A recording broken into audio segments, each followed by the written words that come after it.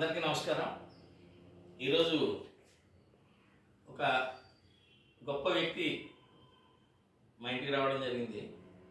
ముఖ్యంగా రాజమండ్రి యాక్టర్ల సమూహం రాయాసం. అంటే ఇందులో ఉన్న ప్రత్యేకత ఏంటంటే ఎవరైనా సెలబ్రిటీ వస్తే ఆ సెలబ్రిటీతో 4-5 నిమిషాలు చిట్ చాట్ చేయటం అనేది, తద్వారా ఏంటంటే మనం సెలబ్రిటీ అని చాలా గొప్పగా చెప్పుకునేటువంటి వ్యక్తులు అతి సామాన్యంగా ఉంటారు, ఎటువంటి ఈగో లేకుండా. కానీ మనకే ఏదైనా ఒక చిన్న ప్రతిభ మనలోంచి బయటకు వస్తే దానికి 10 ఈగో మనలోంచి అహం బయలుదేరి ఒక కళాకారుడు అత్యున్నత స్థితికి వెళ్ళి అధపాతాళానికి వెళ్ళిపోవడానికి ఉండే కారణం కూడా అదే. ఎప్పుడైతే మనలో అహం లేదో, నలుగురితో కలిసి అతి సామాన్యంగా వ్యవహరించామో, రేపొద్దున్న నిజంగా మనం అంత బిజీ కాకపోవచ్చు.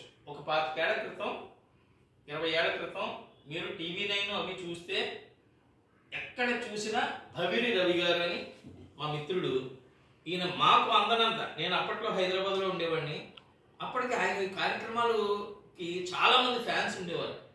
అటువంటి స్థితిలో ఆయన అతి బిజియెస్ట్ పర్సన్, డబ్బింగ్ ఆర్టిస్ట్. అలాగే TV9లో రకరకాల మిమిక్రీ ఓరియంటెడ్, అలాగే వాయిస్ని ఇమిటేట్ చేస్తూ చాలా చేయటంలో ఆయన సిద్ధహస్తుడు. సో ఇంత ఇంట్రో ఎందుకు ఇస్తున్నానంటే ఆ ప్రతిభ ఏంటి అనేది, మా ఇంటికి సరదాగా వచ్చారు. ఒక టీ తాగి వెళ్ళండి సార్ అంటే ఆహ్వానాన్ని మన్నించి వచ్చారు. దాంతోపాటుగా ఒక చిన్న రిక్వెస్ట్ ఏంటంటే, సరదాగా మా వెంకయ్య నాయుడు గారి ఒక్క 2-3 వాయిస్లు సరదాగా చెబితే. వాస్తవంగా మీరు నన్ను వాకింగ్కి కంపెనీ ఇస్తామని చెప్పి లాక్కొచ్చి ఈ రూట్లోనే మా ఇల్లు అండి, ఒక టీ తాగుతుంది అని చెప్పి బైక్ లాక్కొచ్చాను. సరే టీ తాగాం. అంటే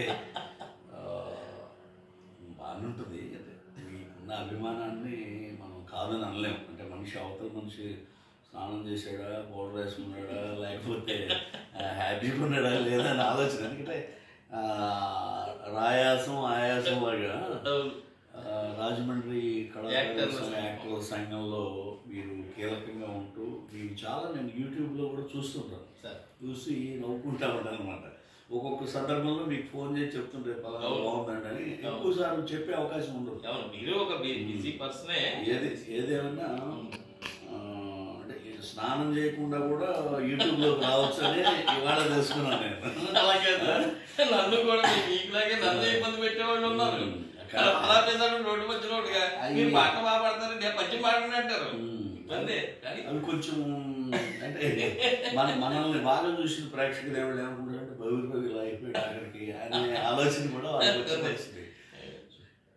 ఏదైనా కళాకారుడిగా మీరు గతంలో TV9 ఎవరు వాడు చేసినా, ఇంట్లో నవార్తలు రాష్ట్రం చేసినా, లడ్డూ బ్రదర్ చేసినా, మోడల్ మామూలు లైవ్ షో చేసినా, పొలిటికల్ పంచాయతీ చేసినా, ఎక్స్ప్రెస్ టీవీలో టామ్ టామ్ చేసిన, iNewsలో పిన్ కౌంటర్ చేసిన, ఎక్స్ప్రెస్ టీవీలో టామ్ టామ్ చేసిన, ఈటీవీలో మాయాబజార్ చేసిన, లేకపోతే దూరదర్శన్లో హలో సప్తగిరి చేసిన, ఇలా అన్ని ఛానల్స్లో అన్నీ చేసినా కూడా సరే ఆప్యాయతకు పిలిచి టీ ఇచ్చారు కాబట్టి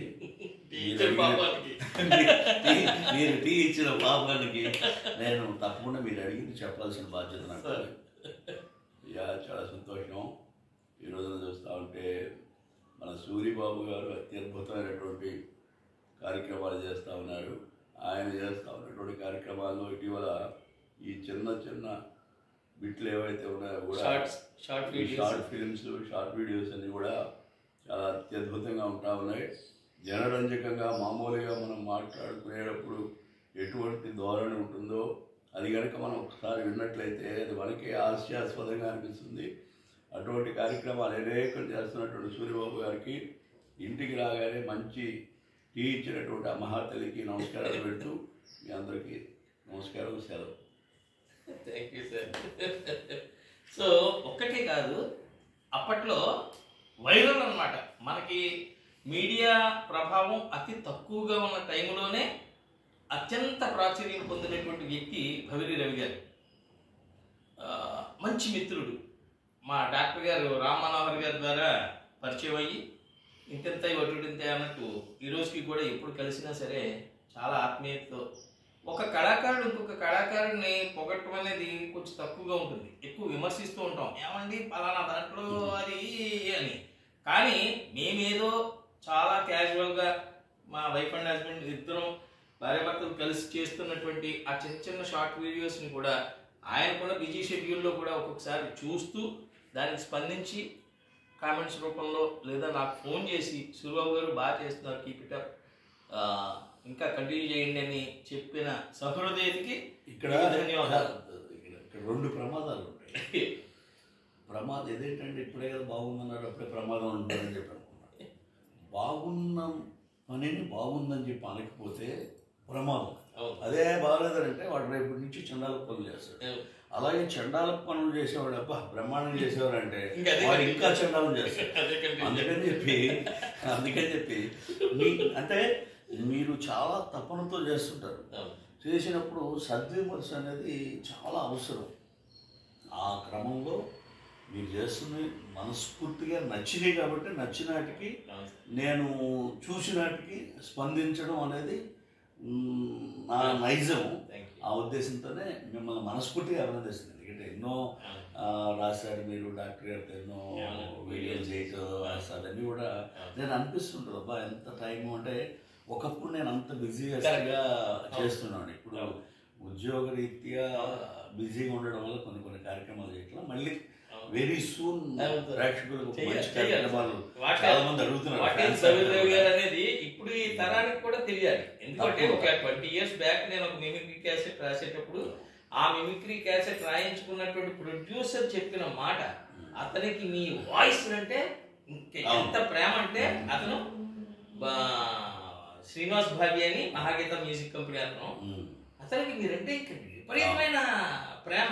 అదే ఫ్యాన్ ఫాలోయింగ్ అంటారు కదా, అది డైహార్డ్ ఫ్యాన్ అంటారు. దానికి ప్రత్యక్ష నిదర్శనాన్ని నేను అక్కడ చూశాను అనమాట.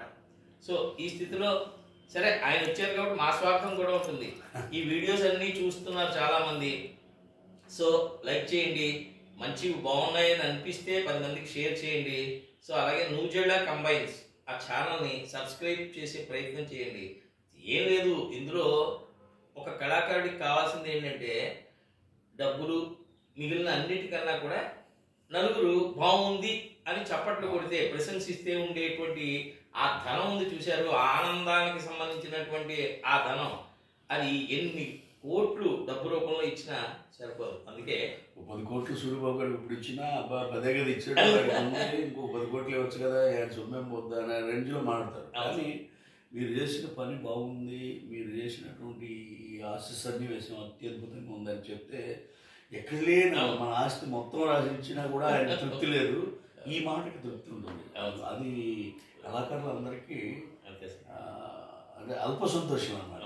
అది ఆ రకంగా చాలా సంతోషం. ఎనివే మిమ్మల్ని అంటే టీకెన్ పిలిచి ఆ వంకతో కాసేపు ఆయనతో ముచ్చటించేటువంటి ప్రయత్నం చేశాను. కళాకారులందరికీ కూడా అది ఉంటుంది, ఆ స్వార్థం ఉంటుంది.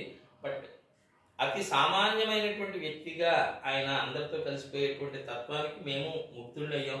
మనం కూడా కళాకారులుగా ఎవరైనా సరే ఎదుగుతున్న టైంలో మనం అహంకారాన్ని ఆభరణంగా పెట్టుకుంటే మాత్రం అది పతనంకి దారితీస్తుంది. అందుకని ఇటువంటి పెద్ద పెద్ద వ్యక్తుల్ని, సెలబ్రిటీ హోదాలో ఉండేటువంటి వ్యక్తుల్ని, పెద్ద పెద్ద chief ministers, prime ministers, governors, వాళ్ళ ప్రెసిడెంట్స్ వాళ్ళ కార్యక్రమాల్లో వీళ్ళ ప్రోగ్రామ్స్ పెట్టించుకుని అక్కడ వాళ్ళు ఎంజాయ్ చేసినటువంటి అటువంటి గొప్పతనం ఉన్న వ్యక్తుల్ని మనం ఇలాగా సరదాగా కూర్చోబెట్టి మాట్లాడించడంలో ఉద్దేశం కూడా కళాకారుడు అనేవాడు అన్నిటికీ అతీతంగా ఉంటూ వినమ్రత, వినయం, పోషణంగా ఉంటే అది అతన్ని చిరకాలం నిలబెడుతుంది. అతను ఉన్నా లేకున్నా ఈ అవకాశాన్ని మనకి ఇచ్చినటువంటి భవిరి రవి గారికి మరొక్కసారి నమస్సులు తెలియజేసుకుంటూ నమస్కారం, ధన్యవాదాలతో మీ సూరిబాబు. ఇంకోసారి స్నానం చేసి వద్దాం, అప్పుడు పూర్తి నిడివిగా కార్యక్రమం.